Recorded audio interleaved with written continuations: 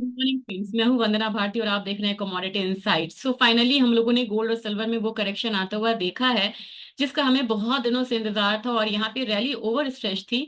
अब आप एक काम करिएगा, मैं चार्ट नहीं दिखा सकती लेकिन आप खुद देख सकते हैं अक्टूबर 24 से यहाँ पे निफ्टी ने एक फॉल दिखाया। और निफ्टी में करीब करीब अगर नीचे में देखें तो फॉल 16-17% का फॉल था। वहीं अक्टूबर से यहाँ पे गोल्ड ने बढ़ना शुरू किया था और जो रिटर्न आया वो 19-20% का आया। मैं अक्टूबर 24 की बात कर रही हूँ। अब यहाँ पे निफ्टी ने एक डाउन साइड दिखा के एक बाउंस लेना शुरू किया है, और गोल्ड ने एक अपसाइड रिकॉर्ड मैसिव हाई दिखा करके अब एक करेक्शन लेना शुरू हुआ है। लेकिन इतना आसान भी नहीं है, इस बार निफ्टी से इसका काफी बढ़िया नेगेटिव कोरिलेशन रहा। लेकिन इतना आसान भी नहीं है कि जिस तरीके से निफ्टी यहाँ पे गेन कर रही है, गोल्ड इतनी आसानी से नीचे नहीं आएगा, क्योंकि जितना भी समीकरण है अभी भी गोल्ड के पक्ष में है। लेकिन फिलहाल गोल्ड गिर रहा है, और आपको फिजिकल में बाइंग करनी है, आपको ईटीएफ बाइंग करनी है, आपको फ्यूचर्स पे जाना है, आपको ऑप्शंस पे करना है। सबके लिए लेवल्स यहाँ पे मिलेंगे। और मुझे लग रहा है कि अभी भी अगर आप ऑप्शंस को रेफर करेंगे तो 3100 पे, 3050 लेवल पे, 3050 लेवल पे आपको काफी ज्यादा ओआई है। उसके बाद आपको है 3150 पे सबसे ज्यादा। तो 3150 अभी भी इंटैक्ट है, लेकिन अभी जो करेक्शन आ रहा है इसमें हो सकता है कि यहाँ पे $3000 का जो लेवल है वो इमीडिएट आता हुआ आप यहाँ पे देख सकते हैं। और उसको रेफर करिएगा, जरूर रेफर करिएगा। और अगर 3000 आता है तो हमारा मार्केट जो है थोड़ा सा आपको और फॉल यहाँ पे दिखाएगा। और इसमें काफी ज्यादा फॉल आएगा, क्योंकि 16-1700 पॉइंट यहाँ पे गोल्ड गिर चुका है, और चांदी भी यहाँ पे 1000 पॉइंट नीचे गिरी है। तो बहुत ज्यादा पैनिक नहीं होना है कि 90,000 का लेवल कब आएगा, क्योंकि गोल्ड ऐसी कमोडिटी है, अगर हमारे यहाँ नीचे आ जाए तो हम फिजिकल में खरीद के उसे एक बारी रख लेते हैं। तो मेरे ख्याल से 3030 के लेवल के करीब यहाँ पे ट्रेड हो रहा है। इसके बाद जो नेक्स्ट आप देखेंगे, ये यहाँ पे 3050 का लेवल जो है वहाँ पे कंसंट्रेशन है। और फिर कॉल साइड में आप देखेंगे कि 3100 है, और सबसे ज्यादा आपको मिलेगा आपको 3200 के करीब, 3150। तो मैक्सिमम अभी अगर अपसाइड आता भी है तो 3100 आएगा। लेकिन अगर पुट साइड में देखेंगे तो आपको लगेगा कि प्राइसेस अगर नीचे आती है यहाँ पे तो 3000 के पास सबसे ज्यादा कंसंट्रेशन है। तो यहाँ पे वॉल्यूम भी काफी ज्यादा है, और ये आपको ओआई भी बहुत ज्यादा खड़ा है। और इससे इससे भी ज्यादा ओआई जो खड़ा है वो यहाँ पे है 3673, और ये वाला लेवल तो 2850। ये अल्टीमेट अपना हो सकता है। आप इनफैक्ट आप सपोर्ट बना के चल सकते हैं कि 2850 जो है गोल्ड आपको दिखा सकता है। और रही बात सिल्वर की, तो सिल्वर में भी मुझे लग रहा है कि एक फॉल जो है वो कंटिन्यू रहना चाहिए यहाँ पे। और जिन लोगों को, क्योंकि मैंने कहा था कि एटीएफ में जिनकी बाइंग है वो यहाँ पे एक बारी पूरा कर लें। मैं एक बारी कोशिश करती हूँ आपको दिखाने की मेटल से, या सिल्वर। सिल्वर में क्योंकि आपको जब फॉल आती है, कल ही के दिन मैंने कहा था कि एक शार्प फॉल आती है, कि कल इंडिकेशंस आ रहे थे यहाँ पे करेक्शंस के। तो सिल्वर में भी आपको यहाँ पे एक बार निकलना होगा। अगर पुट कॉल रेशियो देखेंगे यहाँ पे, तो देखिए कॉल साइड में और पुट साइड में बहुत ज्यादा फर्क नहीं रह गया, 0.85 है, और इम्प्लाइड वॉलेटिलिटी यहाँ पे 27.01 है, 07 है, यानी कि अभी भी बहुत ज्यादा हायर साइड है। जबकि गोल्ड में ये 13% के करीब है। तो अभी यहाँ पे कॉल साइड में देखेंगे, अपना चांदी जो है करीब करीब ट्रेड हो रहा है 33.67। ये $34 था, तो यहाँ पे 33.67 के पास ही देखेंगे कि कौन सा सबसे ज्यादा एट द मनी है। तो 33.67 यहाँ पे है, यहाँ पे कंसंट्रेशन है। अगर हायर साइड इसमें आता है तो आपको बहुत ज्यादा मूवमेंट नहीं दिख रही है। हायर साइड में आपको आता है तो अगेन $35 वाला ही रेंज आपको रहेगा। तो $35 को एक रेजिस्टेंस मान के चलिए, और नीचे की तरफ आता है तो 33.67 के करीब जाएंगे। तो यही वाला जो लेवल है, ये सबसे ज्यादा मतलब एक्टिव है। तो डाउन साइड में कितना जाएगा? डाउन साइड में आपको यहाँ पे $33 आ रहा है, और फिर इसके बाद जो मूव है ये $31.5 का है। तो इसको ध्यान में रखिएगा कि नीचे की तरफ एक बार $31.5 आ सकता है। अब फटाफट यहाँ पे लेवल्स देख लेते हैं कि लेवल्स किस तरीके से आता हुआ हम देख सकते हैं आज के बाजार में भी। तो अपना जो फ्यूचर्स है बाहर का, वहां पे आप 3000 का एक सपोर्ट मान के चलिए। वो हो सकता है कि आज ब्रीच हो, या वहां तक आने की कोशिश करें, अगर कोई पॉजिटिव न्यूज गोल्ड के लिए ना निकल के आए तो। क्योंकि अब देखिए कल क्या हुआ कि बात हुई, पी स्टील की बात हुई, पी स्टील की बात हुई, रात में यूक्रेन ने रशिया पे अटैक कर दिया, रशिया ने यूक्रेन पे कर दिया, इसराइल हमास का चल रहा है। तो दिन और रात में हमारी स्ट्रैटेजीज जो है वो चेंज होने लगती हैं। और वो समीकरण ऐसा बनता है कि वहां पे आपको चेंज करके चलना पड़ेगा। तो यहाँ पे हमें ये जिद नहीं करनी है कि आपने दिन में तो बोला था कि सेल है, मल्टीपल यहाँ पे ट्रेड्स जो है वो बनते हुए नजर आ रहे हैं। अब 88,000 से 360 के करीब अपना सोना है, तो नेक्स्ट जो हमारा टारगेट डाउनसाइड का जो सपोर्ट बनेगा, ये बनेगा आपको 87,800 का। तो 87,800 नीचे में लग रहा है आ सकता है, और 87,800 को तोड़ता है तब यहाँ पे 86,800, यानी कि 1,000 पॉइंट नीचे का फिर सीधा सीधा सपोर्ट बनेगा। 87,800 को तोड़े तो 86,800 हम देख सकते हैं। रेजिस्टेंस अपना सेम रहेगा 89,000 का। सिल्वर की बात की जाए तो सिल्वर में भी एक फॉल जो है गोल्ड से ज्यादा फॉल आया है, इसके लिए ही ये जानी जाती है कमोडिटी। तो मेरे ख्याल से यहाँ पे अगर नेक्स्ट यहाँ पे फॉल आती है तो 96,700 तक का लेवल हम देख सकते हैं, यानी कि 2,000 पॉइंट और डाउन साइड सिल्वर में आ सकता है, अगर यहाँ पे 98,000 के करीब ये नहीं संभला। तो 98,000 के करीब नहीं संभलता है तो 1,500 का फॉल सिल्वर में और होगा, और वही लेवल है जहाँ पे आप अपना खरीदारी कर सकते हैं। और इनफैक्ट मैं कोशिश करूंगी दिखाने का कि स्पॉट मार्केट में क्या आ रहा है, या मैं कल शेयर कर देती हूँ आपसे।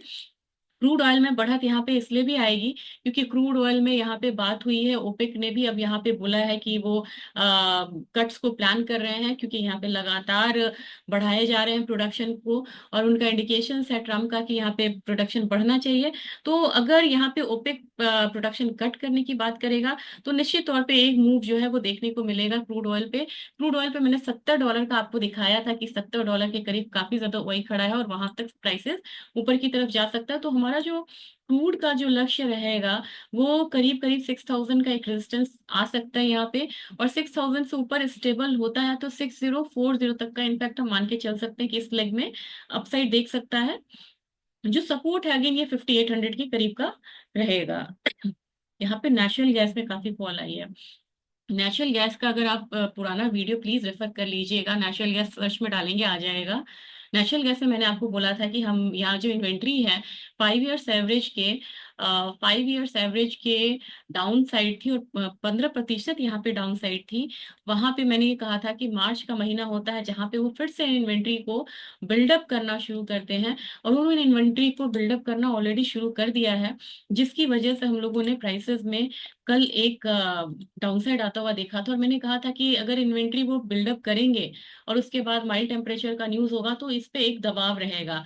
आप यहाँ पे देख सकते हैं US natural gas prices fell on Thursday after EIA reported a larger than expected inventory build coupled with forecast of milder weather. यही कॉम्बिनेशन मैंने आपको कहा था, और उस वीडियो में मैंने आपको दिखाया भी था कि मार्च अप्रैल एक ऐसा समय होता है, मार्च लास्ट और अप्रैल, जिसमें कि इन्वेंट्री को वो फिर से बनाते हैं। और इन्वेंट्री को बिल्डअप क्यों करते हैं, इन एडवांस करते हैं कि जब गर्मी आएगी और बहुत ज्यादा टेम्परेचर हाइक रहेगा तो कूलिंग डिमांड के लिए वो अपना जो इन्वेंट्री है उसको बिल्डअप कर रहे हैं। तो इसका इम्पैक्ट जो है नेचुरल गैस प्राइसेस पे देखने को मिला। अब नेचुरल गैस प्राइसेस में आप कहेंगे कि प्राइस एक्शन यहाँ पे क्या हो सकता है, तो मेरे ख्याल से अभी आपको जो प्रेशर है ये बना रहेगा, और जो रिसेंट जो लो लगा था 328 का वहां तक जा सकता है। आपको लोअर साइड में ही रहना चाहिए, या फिर अकॉर्डिंगली आप बना सकते हैं। 328 एक सपोर्ट है, अपसाइड आता है तो 350 रहेगा। अब यहाँ पे चाइना में अनवाइंड हुआ है, चाइना में एक इक्विटी मार्केट जो है वो काफी ज्यादा तेजी के साथ ट्रेड कर रही थी, वहां पे करेक्शन देखने को मिला। तो इम्पैक्ट तो यहाँ पे जिंक पे भी आएगा, कॉपर पे भी आएगा। और कॉपर पे मैंने कहा था कि कॉपर में आपको 918 920 के करीब एक रेजिस्टेंस होगा, मैंने आपसे बोला था, और इसकी हाई लगी है 915-50, और वहीं से इसने डाउन साइड देखना शुरू करा है। मेरे ख्याल से 898 में बहुत दिनों से बोलती आ रही हूँ, 898 के करीब एक सपोर्ट लिख सकती है कमोडिटी। और कॉपर में एक बात ध्यान में रखिएगा, भले ही आपको जितना भी बोला जाए सप्लाई टाइप बेसिस सब कुछ है, लेकिन एक चीज ध्यान में रखिएगा कि कॉपर में टीसीआरसी रेशियो होता है, ट्रीटमेंट एंड रिफाइनिंग चार्जेस होते हैं, वो लोअर साइड है। उसका लोअर साइड होना कोई बहुत बड़ा मतलब बढ़िया इंडिकेशंस नहीं है यहाँ पे। और अच्छी बात यह है कि चाइना अब यहाँ पे कॉपर में स्ट्रैटेजिक रिजर्व क्रिएट करने की बात कर रहा है, तो जो भी डाउन साइड है वो यहाँ पे नॉर्मल रहेगा, बहुत ज्यादा पैनिक नहीं हुआ। तो 898 तक करेक्ट हो सकता है। जिंक यहाँ पे अगर एक फॉल दिखाता है तो जिंक में 271.7 तक का एक सपोर्ट है। लेड यहाँ पे काफी ज्यादा मूवमेंट, इसने सबसे ज्यादा एक्शन इसने ही दिखाया, और पूरा एनगल्फ कर लिया, छोटे छोटे जो अपसाइड मूव्स आए थे उसको एक दिन दो दिन में ही इसने पूरा कवर कर लिया। तो नेक्स्ट हम इसे 177 देख सकते हैं। एल्यूमिनियम में अगेन वीकनेस रहेगा, और एल्यूमिनियम ऐसी कमोडिटी है जिसने डिफाई किया है अपने फंडामेंटल्स को, क्योंकि यहाँ पे इस जितनी भी इसकी रॉ मटेरियल है, बॉक्साइट है या क्रूड है, सब में डाउन साइड आया है, लेकिन ये बढ़ा इस वजह से क्योंकि टैरिफ हाइक की बात थी, नहीं तो एल्युमिनियम को गिरना चाहिए था फंडामेंटली। तो यहाँ पे अगेन अगर कोई पोजिशनली यहाँ पे व्यू मेरे से कहेंगे कि क्या है, तो 250, 258, 256 का जो लेवल है वो आने वाले समय में हम एल्यूमिनियम में देख सकते हैं। अब आते हैं एक ऐसा काउंटर जो कि काफी दिनों से डाउन साइड ट्रेड कर रहा था, एग्री काउंटर, लेकिन अब सारे एग्री काउंटर में आपको बढ़िया मूव है, ये एक अच्छी बात है। तो 22,000 के करीब मैंने जीरा में कहा था कि 22,000 जीरा में आना चाहिए। ये कमोडिटी यहाँ से तेज लग रही है, और मैंने कारण भी आपको बताया था, क्योंकि जीरा में यहाँ पे टर्की सीरिया में सप्लाई कम है, जो टेम्परेचर ज्यादा था वो टेम्परेचर की वजह से यील्ड में इम्पैक्ट आया है, और एक्सपोर्ट यहाँ पे काफी बेहतर हुआ है। तो मेरे ख्याल से जीरा में 21,990 के करीब ट्रेड हो रहा है। नेक्स्ट हम क्या देख सकते हैं, नेक्स्ट जो अपना प्रीवियस आई था वो रेजिस्टेंस के करीब ही आ सकती है, 22,650। तो इसमें किसानों के लिए खुशखबरी है कि 22,650 तक भी एक कमोडिटी आ सकती है। अकॉर्डिंगली आप अपना ट्रेड लिए, ट्रेड में रेफर नहीं कर सकती आपको। और नीचे की तरफ आती है ये कमोडिटी, तो 21,500 का एक सपोर्ट है, वो देना बहुत जरूरी है। टर्मरिक में लगातार अगर आप 5 दिन का वीडियो देखेंगे, लगातार मैं यहाँ पे बाइंग बाइंग के कह रही थी कि अपसाइड आएगा, अपसाइड आएगा इसमें। नेक्स्ट आप कमोडिटी में 14,000 का जो लेवल है, जो रेजिस्टेंस है, उसको आता हुआ देख सकते हैं। और मुझे लग रहा है कि टर्मरिक में कारण भी है, और यहाँ पे मैं शेयर करूंगी स्पेशल छोटा सा वीडियो बना के, मैं चाहूंगी कि मैं इसे शेयर करूं, क्योंकि उसमें आपको एक मतलब कि डिटेल में आपको मिल जाएगी जानकारी। एक्सपोर्ट बहुत बढ़िया यहाँ पे हुआ है, और एक्सपोर्ट बढ़िया हुआ है तो इस बार जो एक्सपोर्ट बढ़िया हुआ है, ये आपको वियतनाम से अच्छा हुआ है, यूएस से अच्छा हुआ है, चाइना से अच्छा हुआ है, यूएई ने बहुत ज्यादा इंपोर्ट करा है अपने देश में। तो ओवरऑल जो टर्मरिक का एक्सपोर्ट था अप्रैल से दिसंबर, अगर हम 2024-25 की बात करें, इसमें 20% का राइज था। और आपको पता है कि कैरी फॉरवर्ड अपना बहुत कम है, इसकी वजह से टर्मरिक में एक इजाफा देखने को मिला है। और दिसंबर के महीने में 47% जो है ये अपना एक्सपोर्ट अच्छा हुआ था। और यूएई की बात मैं जरूर कहना चाहूंगी कि क्योंकि यूएई ने 92% का इंक्रीज दिखाया था 24-25 में। तो ये यहाँ पे नया ट्रेडिंग पार्टनर है, और अगर एक्सपोर्ट बढ़ी इसी तरीके से रहा तो कैरी फॉरवर्ड कम है।